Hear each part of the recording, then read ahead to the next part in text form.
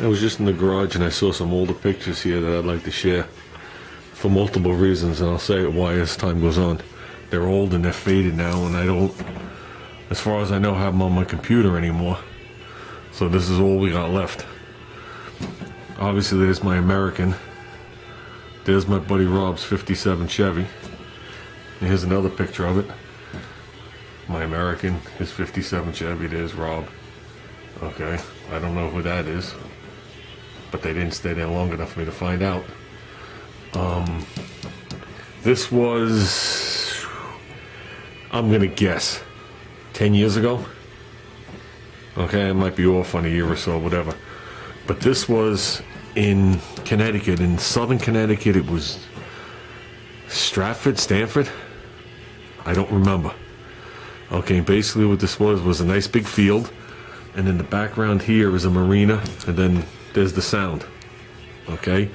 And what they did was, and they never did it again, was they set this field up to do a drive-in movie. And the drive-in movie we saw was American Graffiti. Okay? And I cruised up there, obviously in the American, he cruised up there in the 57. And the reason I bring this up is, if I remember correctly, this was the last trip we did together. And this is one of the last trips the car ever drove. Because, I mean, you could see by the pictures of the car was cherry. And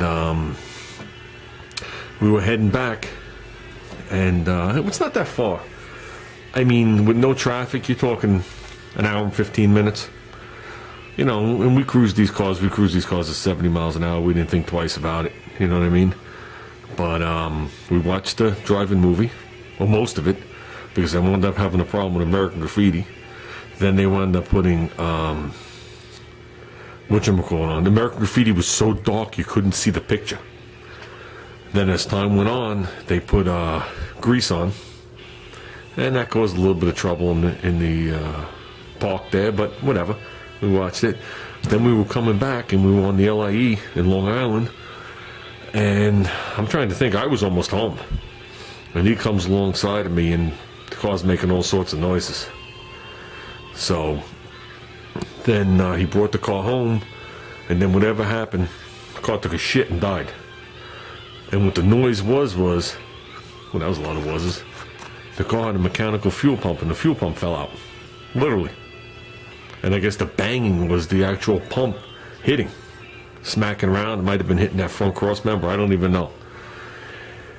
And he was in the process of doing whatever he was doing to the car. He had another car too. He had a 62 Impala.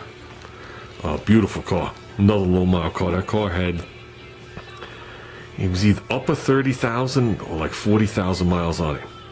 Original car, cherry. The only thing changed on it was it had American racing wheels. That was it. Original paint, original interior. It was white with a, I guess, GM's gold type interior. Super duper cherry car. But to make a long story short, the house wound up going on fire and burning the car. And these actual buckets around the headlights actually melted off the car. The front of the car like melted. And then by the time the fire department got there and hooked the chain to it, blew out every window to make sure that car wasn't on fire, that was the end of the car. The car was totaled. So, like I said, these are the last remaining pictures I have of the car.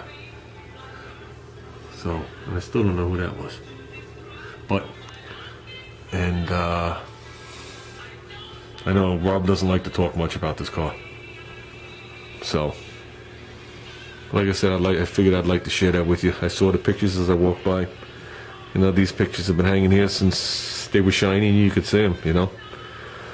So, but I think I might have mentioned this car before in one of my Haggerty videos, because during that week they dropped the trailer on his lawn for him to live in, and he came home like 2 days later and the check for the car was sticking out of the front door of the trailer. That's how fast Haggerty paid off the claim. So good car insurance is definitely good to have. He definitely had the right amount of insurance on it. He didn't have stupid numbers on it. But like I said, you know, it's a shame it ended that way, because I know he really loved that car. So, This American's been everywhere. I never hesitated to jump in it and drive it. And one of the things that always worried me about the car is it still has the original fuel pump in it. So, an original alternator. But alternators don't bother me. I'll run 15 batteries in the back seat and a cord for all I care. I can't get home with a bad fuel pump. Ex-Lodi 3/4 about that one. But, like I said, I figured I'd share this with you guys.